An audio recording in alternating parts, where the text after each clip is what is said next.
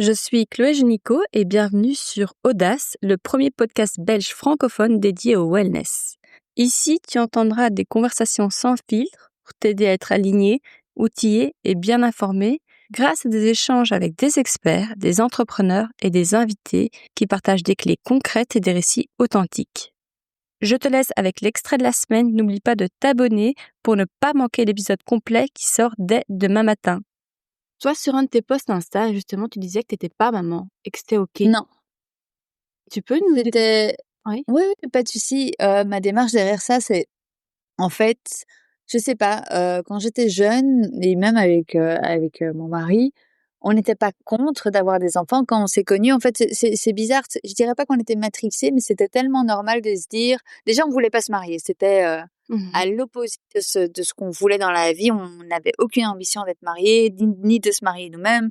Moi, j'ai jamais rêvé d'une robe blanche ou d'un grand mariage. Enfin, ça n'a jamais été ma came, mais quand j'étais plus jeune, je me suis toujours occupée d'enfants. J'ai toujours été entourée d'enfants. J'ai fait du babysitting toute ma jeunesse. J'ai adoré ça. C'était mes petits. C'est comme si j'avais plein de nièces et plein de neveux. J'adorais ça. Donc, ça me paraissait normal d'avoir des enfants. Et on avait même, je pense, au début de notre relation, les noms qu'on donnerait à nos enfants si on en avait.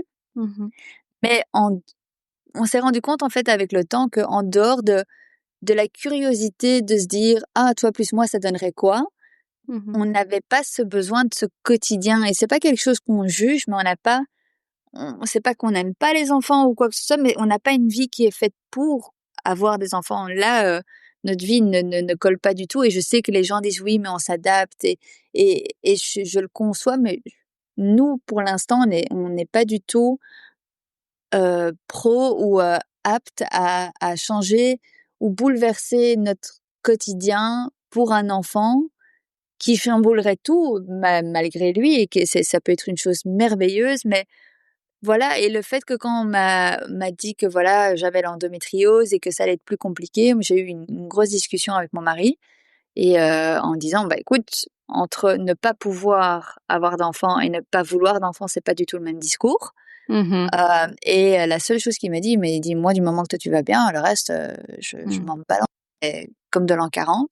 Et ça a été je pense une des meilleures choses et une des plus belles choses qu'il m'ait dites, parce que son naturel à la question et sa facilité de réponse, que c'était absolument, enfin que il comprenait même pas pourquoi j'étais triste en train de pleurer, parce que voilà, ça avait aucun sens pour lui. Ça m'a tellement fait du bien.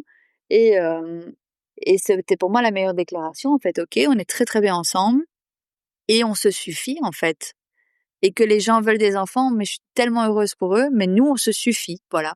Pas qu'un couple ne se suffit pas s'ils ont pas d'enfants, mais genre nous on est bien. On a envie de partir demain, on doit aller bosser là ou quoi que ce soit, bah ça nous va. Et je sais que si j'ai pas d'enfants dans le futur, bah je serai tout aussi heureuse, et j'aurais pas moins de valeur en tant que femme que si j'avais un enfant et que j'avais entre guillemets produit quelque chose pour la société ou pour la quoi que ce soit, quoi.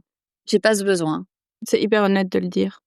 Je pense qu'il y a beaucoup de personnes qui le pensent, mais c'est vrai de faire le cap de le dire et de l'assumer. Est-ce que tu ressens une pression sociale?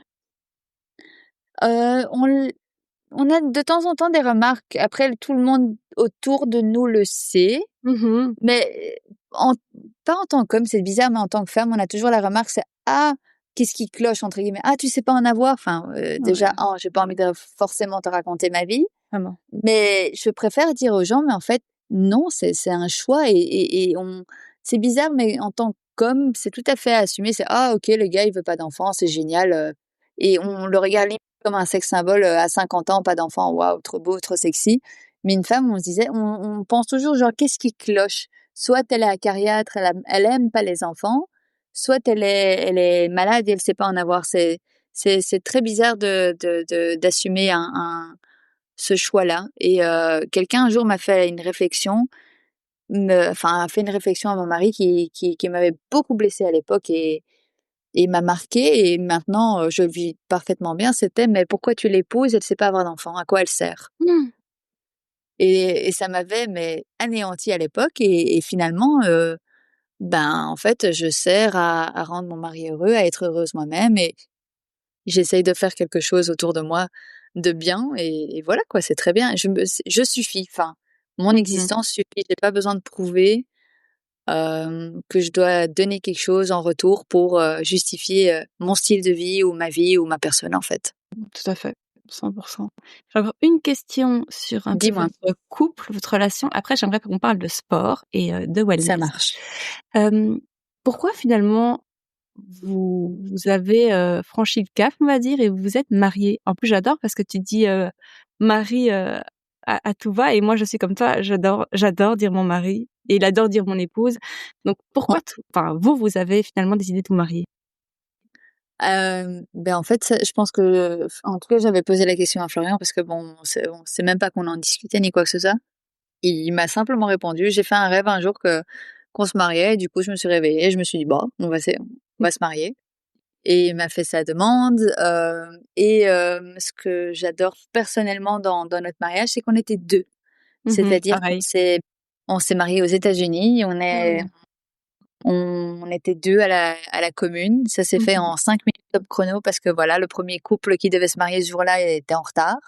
On avait les bagues, on a dit: «OK, go», on s'est mariés et ce que j'ai adoré, c'est qu'on était mariés, on était là: «OK, cool, on va mettre un short, on va un t-shirt et viens, on va se prendre un café» et on a été se Mmh. prendre un café, un café préféré et c'était ça, quoi Mmh. c'était trop bien et ça change foncièrement quelque chose, je pense, c'est une certaine fierté de dire: «Oh, je suis mariée» et ça change quelque chose, je Mmh. pense quand même dans un couple, mais le fait qu'on était juste 2 dans notre ville, préférée au monde, on a été se prendre un bon café et que voilà, c'était fait, on était très contents.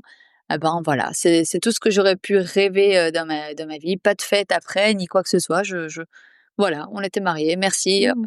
next, on y Ouais, va, quoi. ouais, bah, je te rejoins. Bah, nous, c'était pareil. On avait vraiment Oh, même c'est pas trop envie de. cool! Tu veux écouter l'épisode complet? Il est dispo dès demain matin sur toutes les plateformes d'écoute. À très vite!